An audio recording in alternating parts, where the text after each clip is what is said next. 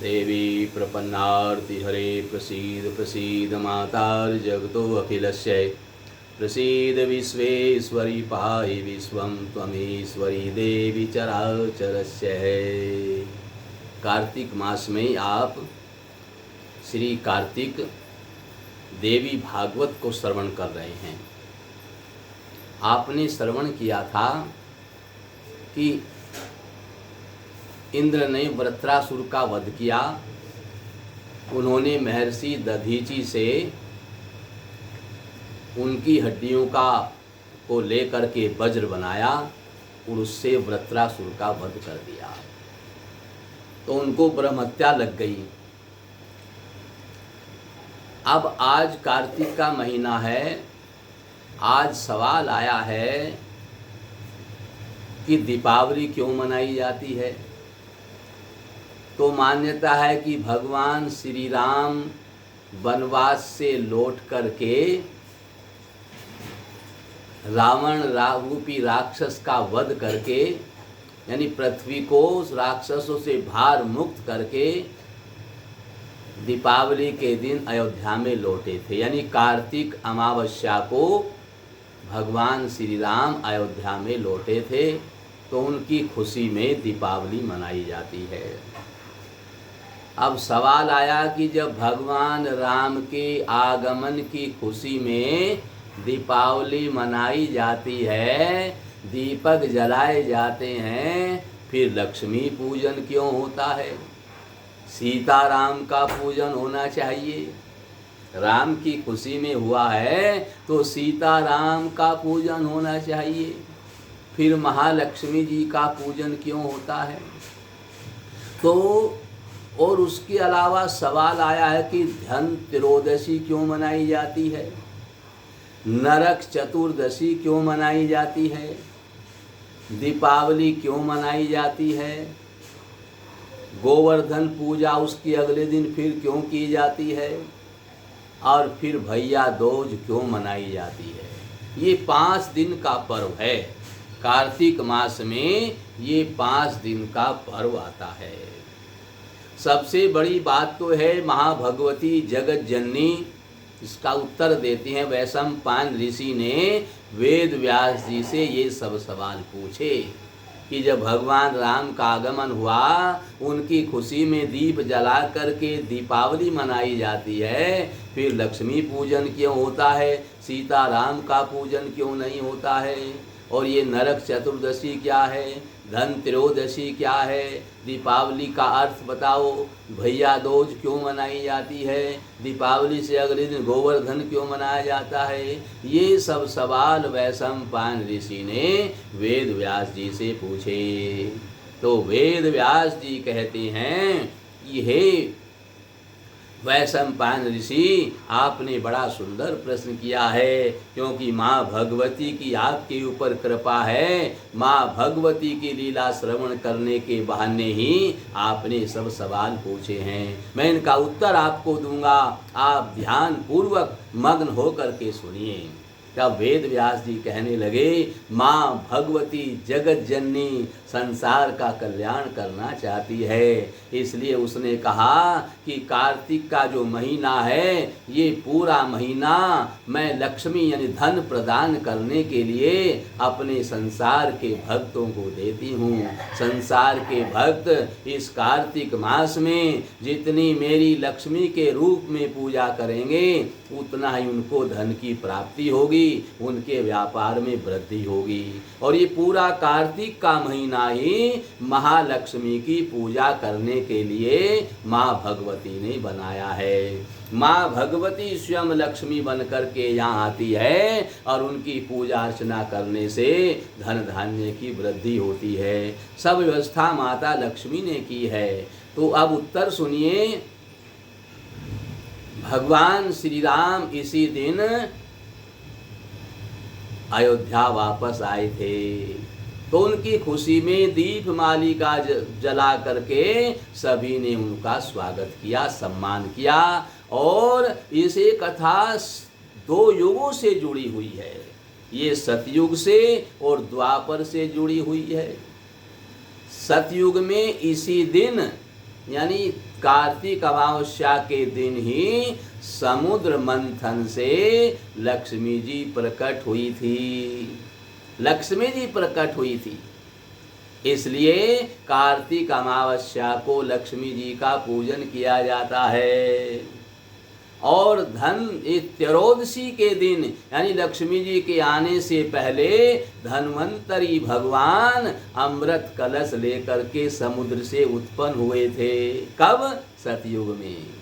सतयुग में त्रयोदशी के दिन, कार्तिक कृष्ण पक्ष त्रयोदशी के दिन धन्वंतरी भगवान अमृत का कलश लेकर के प्रकट हुए थे। तो धन्वंतरी भगवान की पूजा के लिए यानी सब आरोग्य प्रदान करने के लिए, शरीर को स्वस्थ रखने के लिए इस दिन धन्वंतरी भगवान की पूजा की जाती है। समृद्धि भी बनी रहे और शरीर भी स्वस्थ रहे। शरीर को स्वस्थ रखने के लिए इस दिन आपको धन्वंतरी, धन त्रयोदशी उसको नाम दिया गया है, उसकी पूजा करनी चाहिए। और इसी दिन यम की पूजा होती है, यमराज की पूजा भी इसी दिन होती है। इस दिन धन त्रयोदशी के दिन कोई भी बर्तन खरीद करके लाते हैं, स्वर्ण चांदी खरीद करके लाते हैं, जिसकी जैसी सामर्थ्यता है अपनी सामर्थ्यता के अनुसार खरीद करते हैं और फिर उसका पूजन करते हैं।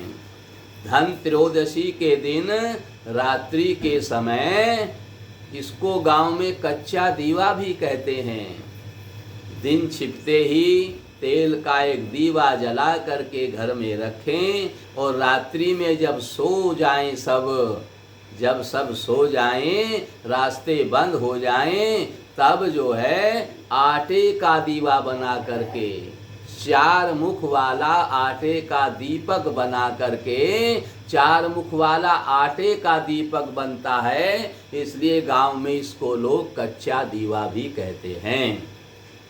तो 4 मुख वाला आटे का दीपक बना करके उस दीपक सरसों का तेल से उसको जलाएं, उसमें उड़द डाल दें, उसमें सिंदूर डाल दें, उसमें काजल डाल दें, उसमें थोड़ा सा दही डाल दें और 1 रुपये का सिक्का भी उसमें रख दें।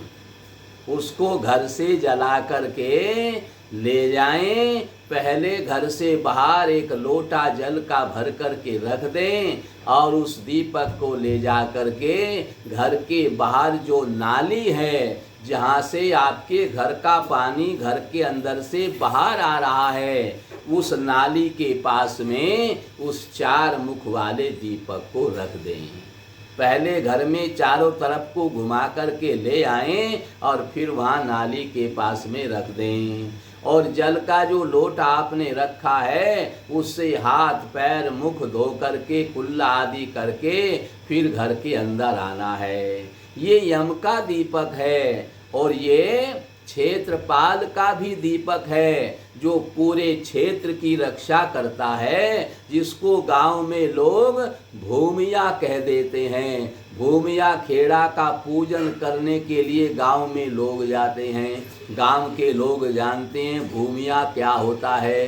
भूमिया का मतलब है क्षेत्रपाल, यानी हमारे क्षेत्र की पूरी भूमि की रक्षा करने वाला। सब ओर से हमारी जो रक्षा करता है उसको क्षेत्रपाल कहते हैं, भूमिया खेड़ा कहते हैं। उसका भी ये पूजन होता है। सबसे पहले उसका पूजन होता है, तब वो क्षेत्र की रक्षा करता है। तो इस प्रकार से यम का ये दीपक जलाने से अकाल मृत्यु नहीं होती है।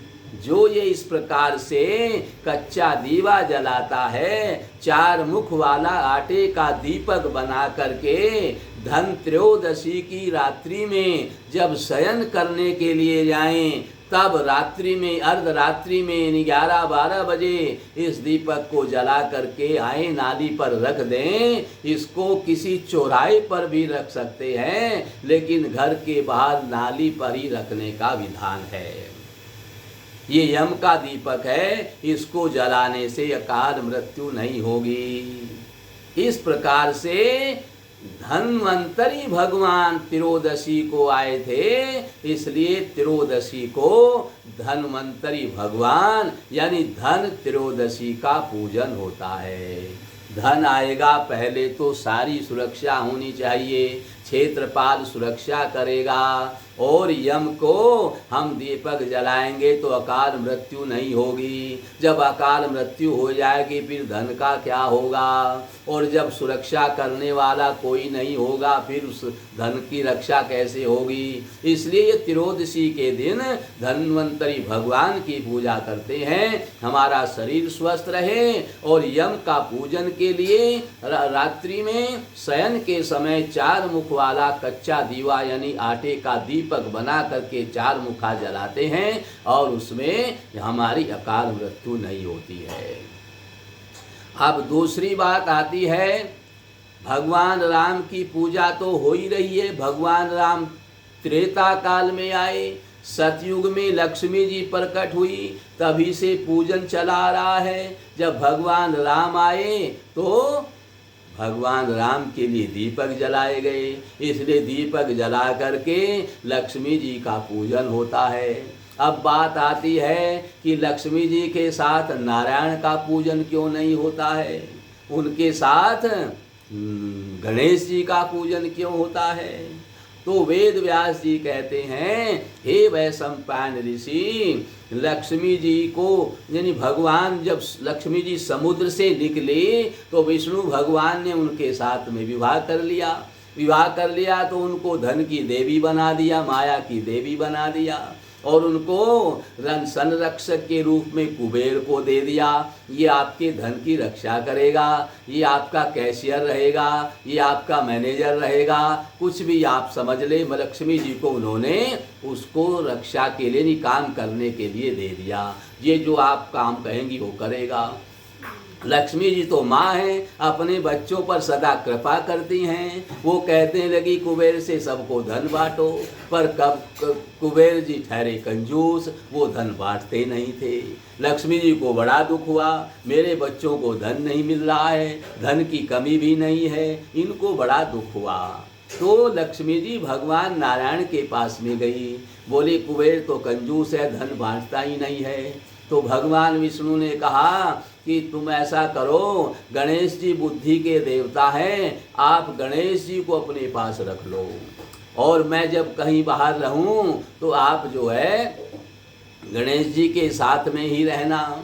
जब पिता बाहर रहता है तो माँ बच्चों के साथ में ही तो सारा काम करती है, कहीं आना है जाना है जो करना है बच्चे ही तो हो जाएंगे। इसलिए महालक्ष्मी के साथ में भगवान ने गणेश जी को नियुक्त कर दिया। गणेश जी को महालक्ष्मी ने कहा बेटा धन बांटो, तो गणेश जी ने धन बांटना प्रारंभ शुरू कर दिया। तो धन बांटते हैं गणेश जी, कभी कुबेर जी तो कंजूसी करते हैं। इसलिए धन बांटने के लिए लक्ष्मी जी ने गणेश जी को रख लिया, और कुबेर उनके पास बैठे बैठे देखते रहते थे। कुबेर जी भी बैठे हैं, धन बांटने का काम गणेश जी को दे दिया, और भगवान क्षीर सागर में यानी देवताओं की रक्षा करने के लिए चले जाते हैं। वे देव प्रबोधनी एकादशी को आते हैं, तब लक्ष्मी नारायण का पूजन होता है साथ में। तो तब तक लक्ष्मी जी गणेश जी का पूजन होता है, क्योंकि लक्ष्मी जी के साथ धन बांटने के लिए गणेश जी रहते हैं। इसलिए गणेश जी और लक्ष्मी जी का पूजन होता है। अब सवाल आता है नरक चतुर्दशी। चतुर्दशी यानी छोटी दीपावली भी कह देते हैं, और इसको अरूप चौदस भी कह देते हैं, और इसको नरका चौदस भी कहते हैं। तो इसके कई नाम हैं। तो इस दिन कार्तिक मास के कृष्ण पक्ष की चतुर्दशी को भगवान ने नरकासुर का वध किया था। नरकासुर 16,100 कन्याओं को उसने अपनी कैद में कर रखा था। मेरे साथ में विवाह करो। उन्होंने विवाह नहीं किया तो जेल में डाल रखा था। वे वहाँ पर भगवान कृष्ण का स्मरण करती थी। तो भगवान कृष्ण ने इसी दिन नरकासुर को मारा और 16,100 कन्याओं ने कृष्ण जी से, भगवान श्री कृष्ण से प्रार्थना की कि अब हमारी आयु भी ज़्यादा हो गई है, कौन हमारे साथ में विवाह करेगा, इसलिए आप ही हमारे साथ में विवाह कर लो, आप तो समर्थवान हैं। तो भगवान ने उन्हीं 16,100 कन्याओं के साथ में विवाह किया था। इस प्रकार से 16,100 कन्याओं के साथ वहाँ विवाह किया और 8 उनकी पटरानी थी। इस प्रकार से 16,108 भगवान श्री कृष्ण ने विवाह किए। तो इस नरकासुर का वध इन्होंने चतुर्दशी को, कार्तिक मास के कृष्ण पक्ष की चतुर्दशी को किया, इसलिए उसी दिन से इसका नाम नरका चतुर्दशी हो गया, नरक चतुर्दशी हो गया। और इस दिन उसके मरने की खुशी में तेल के दीपक जलाए जाते हैं। यम का दीपक भी तेल का होता है। त्रयोदशी को यम की पूजा प्रारंभ हो गई, तो इसलिए 3 दिन तक तेल के दीपक जलेंगे यम के लिए। कोई आपके घर में आकर के बैठ गया, जब तक रहेगा जब तक उसकी सेवा करनी है। अब आपने यम का पूजन प्रारंभ किया है, अकाल मृत्यु ना हो इसलिए तो चतुर्दशी को भी तेल के दीपक जलाए जाते हैं। घर के बाहरी हिस्से को जगमग किया जाता है और अंदर के हिस्से को भी जगमग किया जाता है।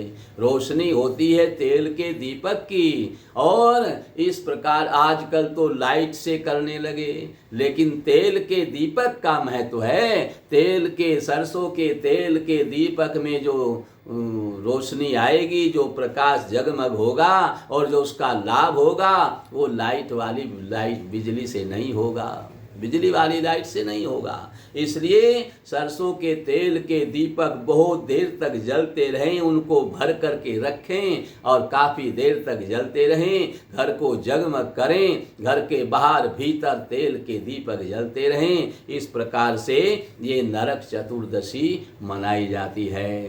अब दीपावली को लक्ष्मी जी आई थी, कहाँ से? समुद्र से निकली थी, तो उनकी खुशी में दीपक जलाए जाते हैं, लक्ष्मी जी का पूजन होता है। भगवान श्री राम कार्तिक अमावस्या, कृष्ण पक्ष की अमावस्या को ही अयोध्या में आए थे, वनवास काट करके, रावण को मार करके आए थे। तो उनकी खुशी में घर को सजाया गया, पूरे नगर को सजाया गया, दीप मालिकाएं जलाई गई और बड़ी बड़ी इसलिए नाम दीपावली रखा गया। दीप मालाएं जलाई तो दीपावली नाम रखा गया। उसके बाद अगले दिन गोवर्धन पूजा की जाती है।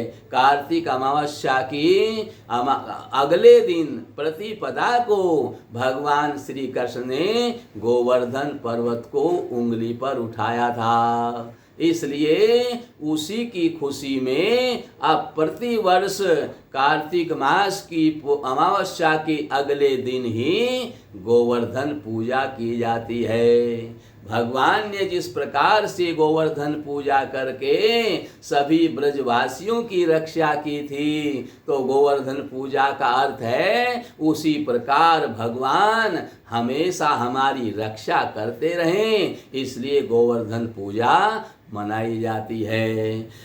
फिर आती है यम द्वितीया, उसको भी यम द्वितीया कहते हैं। भैया दूज का नाम दूसरा है यम द्वितीया। जब भगवान ने राजा बलि को अपने वरुण पासों में बांध लिया, तो प्रहलाद जी वहां पर आए और 2 पग भगवान ने मांगे, नाप लिए थे, 1 पग बाकी था, 3 पग देने का संकल्प किया था। प्रहलाद ने आकर के कहा, मेरे पौत्र को ऋणी मत छोड़ो, इसके मस्तक पर पैर रख करके अपना 3रा पग भी पूरा कर लो। तो भगवान बड़े प्रसन्न हुए और बलि ने भी इसको स्वीकार कर लिया। तो राजा बलि से भगवान ने कहा, अब आप मांगो, क्या मांगना है। तो राजा बलि ने कहा, मुझे सुतल लोक का आपका जो 52 दरवाजों का महल है वो मुझे दे दीजिए, और आपको ये करना होगा कि जिस दरवाजे से मैं बाहर निकलूं वहीं आपका मुझे दर्शन हो। ऐसा वरदान राजा बलि ने भगवान नारायण से, जो बामन बन करके गए थे, उनसे मांग लिया। यानी 7 लोग जमीन के नीचे हैं, तल, अतल, तलातल, रसातल, पाताल, सुतल, ये जो हैं जमीन के नीचे हैं, और 7 लोग जमीन के ऊपर हैं। ओम भू, ओम भुवै, ओम स्वै, ओम महे, ओम जने, ओम तपे, ओम सत्यम। ये 7 लोग जमीन के ऊपर हैं, जिनको 14 भुवन कहते हैं। 14 भुवनों में राजा दशरथ जी का राज्य था। तो जमीन के नीचे जो सुतल लोक है, उस सुतल लोक में भगवान का 52 दरवाजों का महल है। उस महल में 52 दरवाजे बाहर आने जाने के लिए लगे हुए हैं। तो राजा बलि ने मांगा, मैं आपके उस 52 दरवाजों वाले महल में सुतल लोक में रहूं, और जिस दरवाजे से निकलूं वहीं पर मुझे आपका दर्शन हो। तो जब ये का मांगा तो भगवान ने कहा तथास्तु, और भगवान जिस दरवाजे से निकल रहे हैं वहीं पर, यानी वो राजा बलि जिस दरवाजे से निकलता है भगवान को वहीं पर खड़े होना मिलता है। इसलिए भगवान इतनी तेजी से चारों ओर घूम रहे हैं कि वो हर घड़ी यानी हर क्षण हर दरवाजे के सामने आ जाते हैं। नारद जी ने लक्ष्मी जी को बताया, भगवान को मुक्त करना है तो आप जो है उनके पास में जाओ, राजा बलि को रक्षा सूत्र बांध दो। उनको रक्षा सूत्र बांध दोगे, वो मुंह मांगा वरदान देगा। उनको अपना भाई बना लो तो तुम्हें मुंह मांगा वरदान देगा, और तुम भगवान को मांग लेना। लक्ष्मी जी राजा बलि के यहाँ गई, उसको रक्षा सूत्र बांध दिया, और उसने कहा, मांगो बहन, क्या मांगना है। तो लक्ष्मी जी ने भगवान को ही मांग लिया। तो राजा बलि ने खुश होकर के भगवान से कहा, आज से हमने आपको दान कर दिया, आप हमारी बहन के यहाँ रहोगे। भगवान बड़े प्रसन्न हुए। वाह रे वाह दानी, जो मेरी प्राप्ति के लिए बड़े बड़े दान सब करे हैं, आपने मुझे ही दान कर दिया, आप तो बड़े दानी हैं। तब भगवान ने कहा कि 4 महीने मैं तुम्हारी रक्षा के लिए यहाँ रहा करूँगा, 4 महीने शिव जी यहाँ रहा करेंगे, और 4 महीने देवता यहाँ रहा करेंगे। तो भगवान 4 महीने रक्षा करने के लिए जाते हैं, तब तक गणेश जी लक्ष्मी जी के साथ में पूजन करवाते हैं। इसलिए गणेश लक्ष्मी जी का पूजन होता है, रक्षा सूत्र बांधा जाता है। जेन बद्धो बलि राजा दानवेंद्रो महाबले, तेन त्वाम प्रतिबदनामि रक्षे माचल माचल। यानी इस रक्षा सूत्र से जैसे राजा बलि के बंधन से भगवान की रक्षा हो गई, ऐसे हमारी भी रक्षा हो, हमारी भी रक्षा हो। रक्षा सूत्र भी इसलिए बांधा जाता है, और तभी से ये प्रथा चली आ रही है। और ये लक्ष्मी जी के साथ में इसीलिए गणेश जी का पूजन होता है। और इसी यम द्वितीया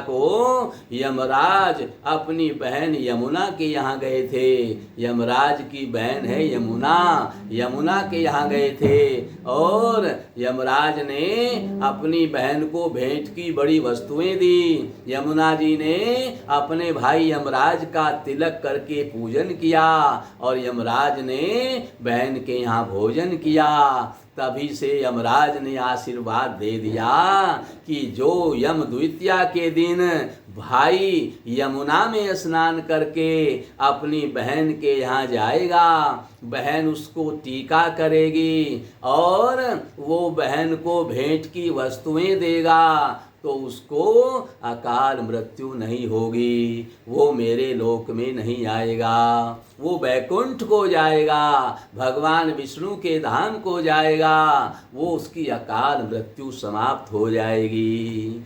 तो यम द्वितीया, इसको इसलिए यम द्वितीया भी कहते हैं। यमराज ने अपनी बहन को यमुना को ये वरदान दिया था कि जो यम द्वितीया को यमुना में स्नान करके कोई भी भाई अपनी बहन के यहाँ जाएगा, तिलक पूजन बहन उसका करेगी, बहन को भेंट की वस्तुएं दे करके प्रसन्न कर देगा, उसकी अकाल मृत्यु नहीं होगी, वो मेरे लोक में नहीं आएगा, वो यमपुरी में नहीं आएगा, वो नरकों में नहीं पड़ेगा, उसको बैकुंठ मिलेगा, भगवान विष्णु का धाम मिलेगा, जहाँ से वापस नहीं आना पड़ता है।